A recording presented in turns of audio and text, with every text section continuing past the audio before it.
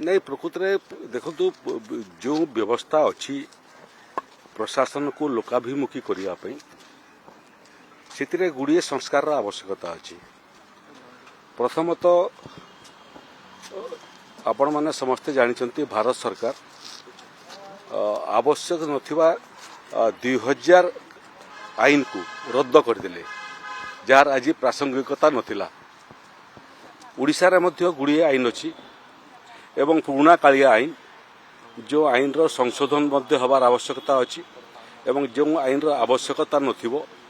से आईन को रद्द करिवार आवश्यकता अच्छी। राजस्व विभाग रे मध्य जो माने मूल राजस्व अधिकारी से माने राजस्व विभाग काम करिथांती एवं राजस्व विभाग अधिकारी मानकु ही अन्य अन्य विभाग को पठा जाई थाए से विभाग काम करिया पे बहुत समय ताकू नेकरी मध्य जो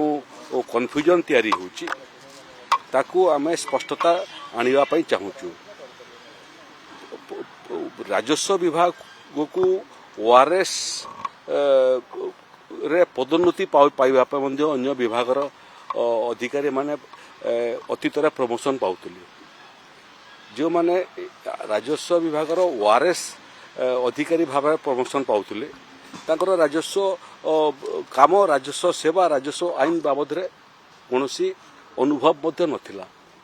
तेणु थरे अन्य विभाग आसिकरी ये विभाग रे पशिला परे राजस्व विभाग रो सेवा जानिबा पई मध्य सेमानकर अवकाश नहीं। तेणु जो संस्कार आम आनिबा पई जाउचु मूल राजस्व विभागटा हला प्रशासन रो मूल विभाग से विभाग रो कामटा को आहुरी शाणित करिया पई आहुरी लोकाभिमुखी करिया पई एवं राजस्व विभाग रो दायित्व रे थिबा राजस्व अधिकारी माने से माने राजस्व विभाग प्रति केमिति संपूर्ण न्याय करि पारिबे एवं राजस्व सेवा को लोकों पाखरे पहुंचेबा पर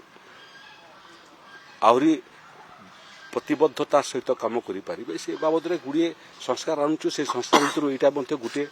जहाँ को आगामी दिन में आम कार्यकारी करने जाऊँ से देखु प्रथम विषय तो भारत सरकार एवं देशर प्रधानमंत्री श्रीयुक्त नरेंद्र मोदी को धन्यवाद देवा कथा जे प्रवासी भारतीय दिवस पालन करने 18तम प्रवासी भारतीय दिवस पालन करने एवं ये 3 दिनिया सम्मेलनी करने ओडिशा को स्थान निरूपण कले एवं ओडिशा को सौभाग्य मिलला सारा पृथ्वीर विभिन्न प्रदेश देश रे रहउतबा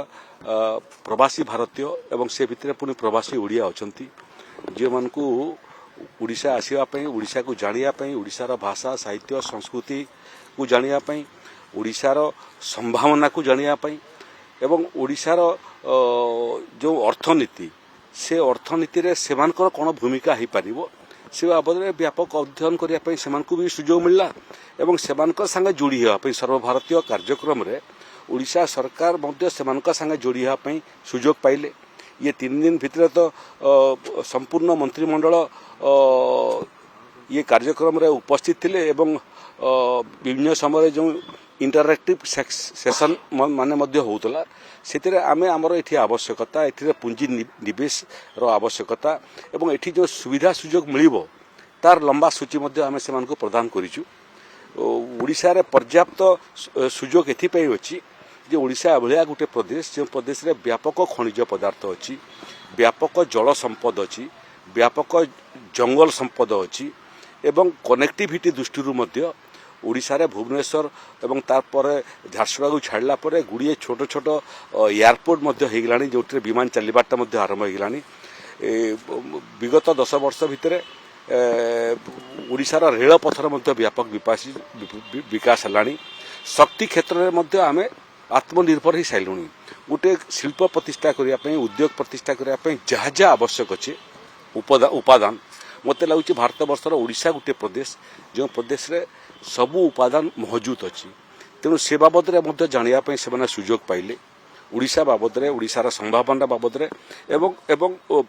प्रवासी ओडिया जो माने कि प्रवासी भारतीय जो माने से माने ओडिशार आतिथ्य को मध्य देखिक व्यापक भाव में प्रभावित हेले। तेणु ये संभावनार राज्य रे आगामी दिन में सेमानकर मध्य भूमिका कौन हम से बाबद में चिंता चिंतन आरंभ कले ଏବଂ